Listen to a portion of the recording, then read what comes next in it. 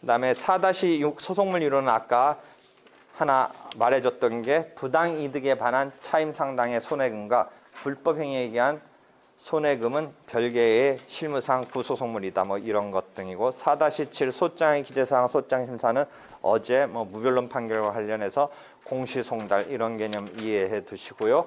그다음에 4-8 일부 청구는 이제 상당히 문제가 많은 쟁점이 엮여 있는 거죠. 여러분이 전체적으로 막 관통하는 쟁점이 묶여 있는 큰 주제 중에 하나가 일부 청구예요. 그러니까 채권자 대의 소송이 그런 큰 주제 중에 하나죠. 채권자 대의 소송은 기판력의 주관적 범위 여기에 축에서, 일부 청구는 기판력의 객관적 범위의 축에서, 그다음에 또 하나 기판력의 객관적 범위에서 축에서 상계항변, 이 세 가지가 이제 중복제소, 그다음에 기판력, 또 상소관계 등등 막 계속 이제 상계가 등장하는 이런 국면이 7, 8개 뭐 펼쳐지는 종합 문제로 보는데, 그 중에 하나가 이제 채권자 대의 소송 일부 청구 상계 중에 지금 일부 청구 얘기인데, 아까 명시적 일부 청구 긍정설이라는 중복제소에서 논리, 그다음에 기판력에서 논리인데, 실제 사례형으로 1회 시험에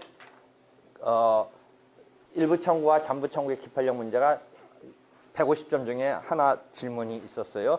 일부 청구했는데 그 다음에 잠부 청구가 기판력에 걸리는 이런 상황 설정이 하나 있었어요. 그래서 잠부 청구가 기판력에 걸린다예요. 그러니까 일부 청구하고 잠부 부분에 대해서 일부 청구를 했는데 예컨대 내가 지금 요 설정한 것은 조금 더 추가적인 시각인데 이런 거예요. 손해배상 청구를 했는데 일단 1,000만 원 중에 예컨대 한 700만 원만 했다고 쳐보자. 근데 깨졌어요. 패소했어요. 원고가. 깨진 패소 이유는 결국 손해와 가해행위의 인과관계가 인정되지 않아서 깨졌어요. 그런데 이번에는 이제 잔액 자기 주장상 300만 원에 마저 청구를 다시 별도로 했어요. 그러면 여러분이 갖고 있는 지식은 명시했다라는 걸 따져보고 명시했다면 잠부 부분은 이제 기판력에 걸리지 않는다. 이런 논리로 갈 거예요. 실제 그 변호사 시험 이래에도 그런 논리로 가면 그게 이제 시범 답안적인 이야기예요. 근데 만약에 이게 지금 내가 어떤 예를 들었냐면 가해행위와 손해와의 인과관계가 인정되지 않아서 예컨대 1,000만 원 중에 700만 원 청구 부분을 들어간 것이 인정되지 않았다. 그래서 이제 별도로 다시 300만 원 청구를 해봤다라는 상황에서 포인트가 지금 이번에는 일부 청구의 명시 잠부 요 부분의 포인트는 여러분이 갖고 있는 지식인데, 내가 지금 더 요걸 심층해 주는 거는, 심층으로 보고 싶은 것은 인과관계가 인정되지 않아서 지금 잠부 청구에 이제 청구가 들어간 상황인데, 뭐를 보고 싶으냐면 도식적으로 보면 명시했다면 잠부 부분 300만 원은 기판력에 걸리지 않아서 또 할 수 있다라고 하는데, 그건 원고 입장에서 보면 그런데 피고 입장에서 생각해 보세요. 700만 원 기꺼이 방어를 했어요.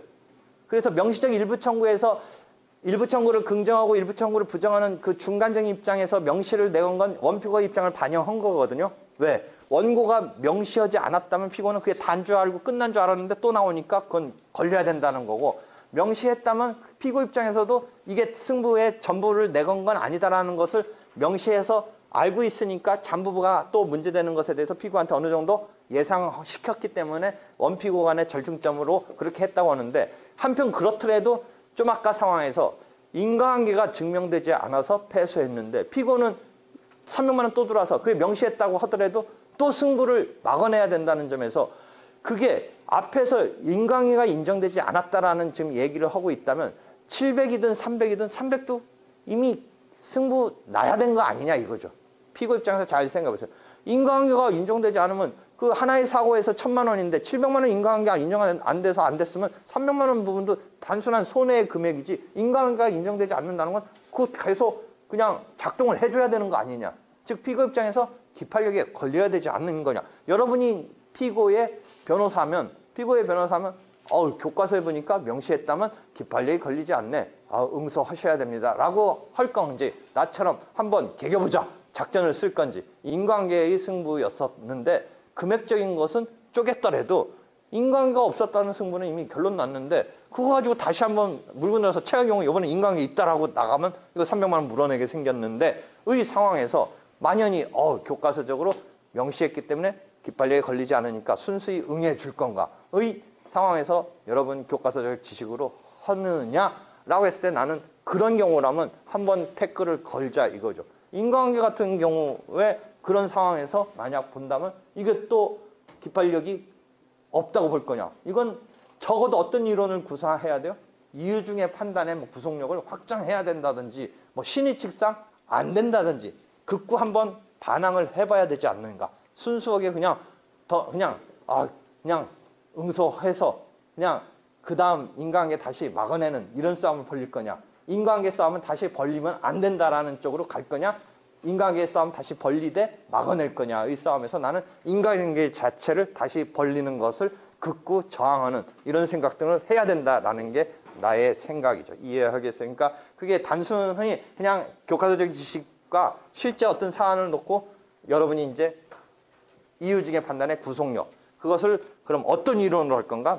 교과서에 나오는 신의칙이라든지 이런 걸 써가면서 그 사람이 다시 이렇게 재차 300만 원을 청구하는 것은 나쁜 거다라고 몰아가서 인과관계의 심리를 더 버리지 않도록 하는 어떤 논가에 어떻게 벌릴 건가 이런 생각 등을 해야 된다라는 거죠. 그래서 일부 청구에 관한 여러 가지 쟁점은 있기 때문에 여러분이 거기에 대해서 이미 중요하다라는 것을 알고 있기 때문에 내가 더 추가 설명은 않겠어요.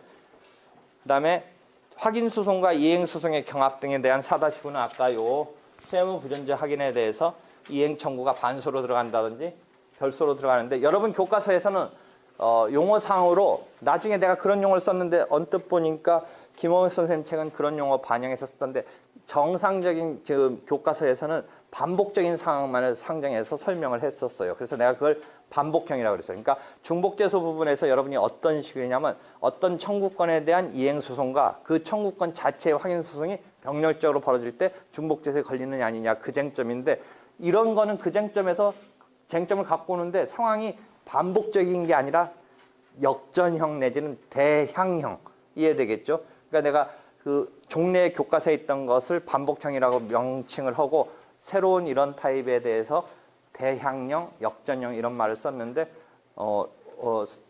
김홍일 선생님 책에 아마 그런 용어 반영해서 설명해 주시는 것 같더라고요. 언뜻 보니까. 그러니까 이시훈 선생님 책에는 이 반복적인 상황에 대한 설명만 있어요. 이런 상황은 거기서 자기가 끌어다가 쓰면 되는데 아예 내가 그 두 타입을 다 설명을 해버렸어요. 마찬가지 논거로. 조금 대항령은 또 다른 각도로 볼 여지는 있지만 일단 그 교과서에 반복형으로 되어 있는 것을 대항령에도 그대로 매치시켜서 그러면 어떻게 되느냐는 추가로 여러분이 살펴보면 돼요. 그래서 거기까지 이해를 하고요.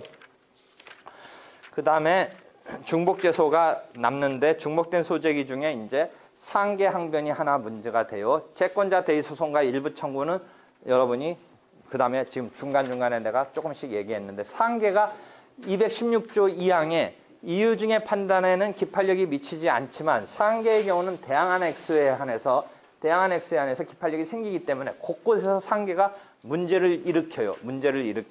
그래서 중복된 소재기에 있어서도 이유 중에 이제 판단으로 나타나는 거와 그 자체를 소송으로 제기한 것은 기본적으로 중복된 소재기로 보지 않는 거예요. 방어 방법으로 쓰이는 거와 그것을 아예 청구급으로 청구한 것은 하나는 방어 방법급이고 하나는 청구급이니까 중복된 소재기로 비교할 필요가 없다가 기본적인 발상인데 상계의 경우는 기판력이 발생하고 이유 중에 판단에 기판력이 발생하니까 급이 소송물급이에요. 청구급이에요. 그래서 중복재소에서도 그런 청구급으로 취급할 필요성 때문에 중복재소로 걸려는 입장이 나 포함해서 만만치가 않은데 통설 판례는 상계까지도 포함해서 어떤 방어 방법으로서 행사되고 있는 그 채권을 직접 청구했을 때의 관계를 중복된 소재기로 보지 않는다. 원칙적으로 청구 단계끼리 비교해서 중복된 소냐 아니냐 보기 때문에 방어 방법으로 쓰이는 상계항변으로 쓰인 채권을 자동 채권을 별도로 청구로